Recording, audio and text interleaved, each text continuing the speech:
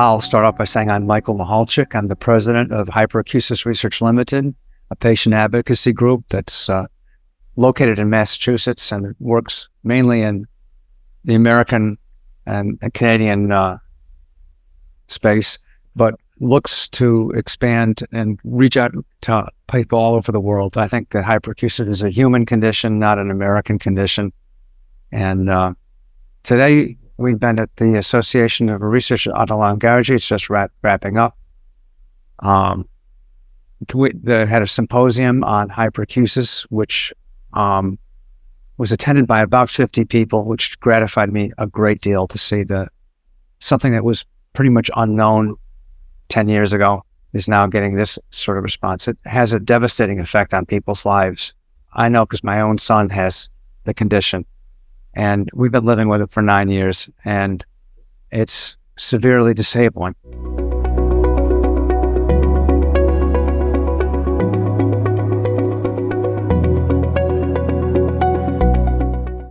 People don't have answers for what they're looking for answers. What can they do?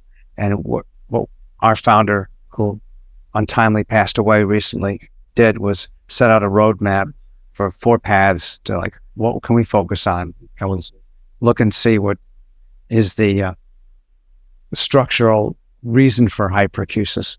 Can we take a look and see what biomarkers there are so we can tell whether you have it or not? And possibly, that may be proof that you're disabled. And then also treatment. Is there anything that we can do to take care of the symptoms, to give some relief to people? There's a lot of interest in a hyperacusis device, which is going to be discussed in about half an hour.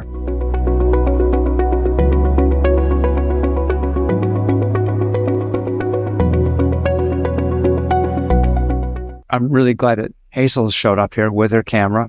And we've been talking several times how there's a high correlation between people with tinnitus and people with hyperacusis, and how we should collaborate and work together on getting research to get to the bottom of both of these conditions.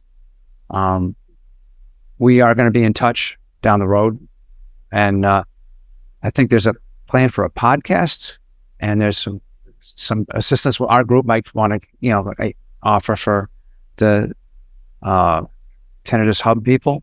So it's been great being here in person, connecting with people. This could not have been done remotely, I don't think.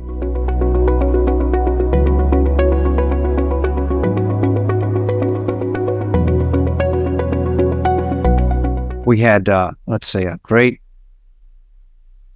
open discussion on Monday, 2 days ago, where 25 researchers came around a U-shaped table, and there started to be these flashes of bouncing ideas off of one another. This is going to lead, I think, to another conference, like a mini conference a day or something, and it'll be either after ARO next year or at some other university somewhere.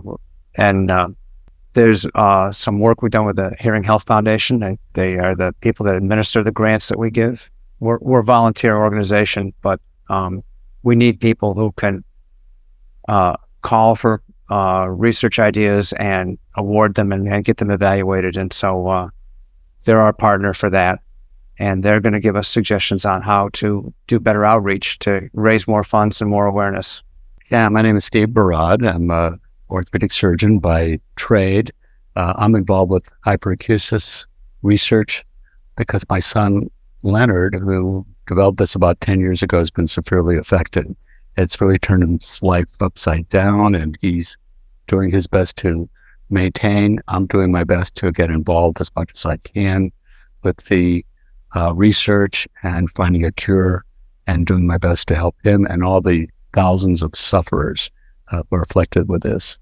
What's encouraging about the last few days here at this meeting has been that there's a profound association with tinnitus. So I think moving forward, we have to do our best as far as research in both entities, as I think the answer lies there. And so we'll keep moving, stay positive, and do our best to find a cure for both these issues. Thank you. I'm John Wallace. I recently joined the board of Hyperacusis Research. I'm also a hyperacusis patient. So it's been very interesting for me to take part in the ARO Symposium, really from both perspectives. as a patient, trying to share my story and trying to help the board be most effective in communicating with the researchers on what we need.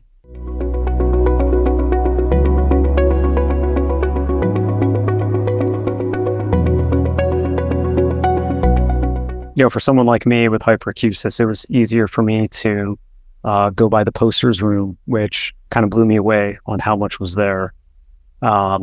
So many different ways of thinking about hyperacusis right now. I was very impressed with some of the different models out there, what we're seeing in the animal models, what we're seeing from the brain to the inner ear to the middle ear. I'm very enthusiastic to see that there's progress being made. Probably the highlight of this trip for me was the luncheon that we held on Monday. We had some of the best researchers in the world there, best scientists in the world, who seemed to be interacting with each other, disagreeing with each other constructively, which is exactly what we need when it comes to pain hyperacusis for, figuring out how we can, resolve and make this better for everybody.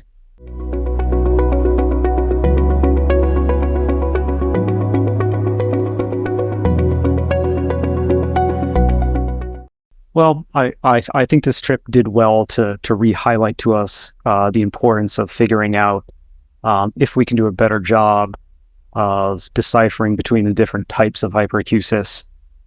Is it as simple as loudness hyperacusis and pain hyperacusis, or are the subsets of those as a combination or separately very important to making sure we target what we're looking at? That's still an ongoing challenge for us, but I think that the researchers are with us and they understand that challenge, and that became clear to me on this trip.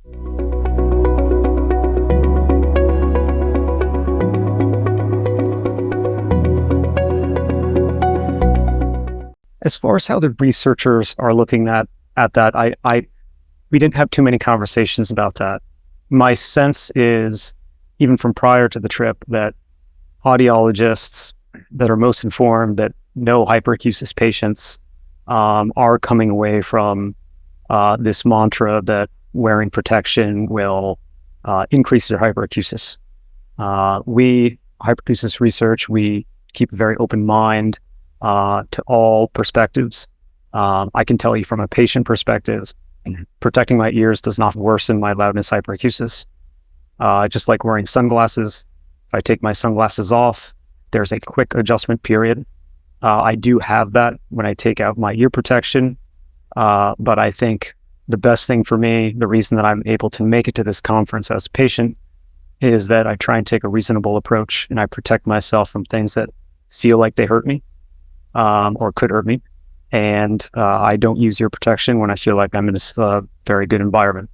So I encourage a rational approach.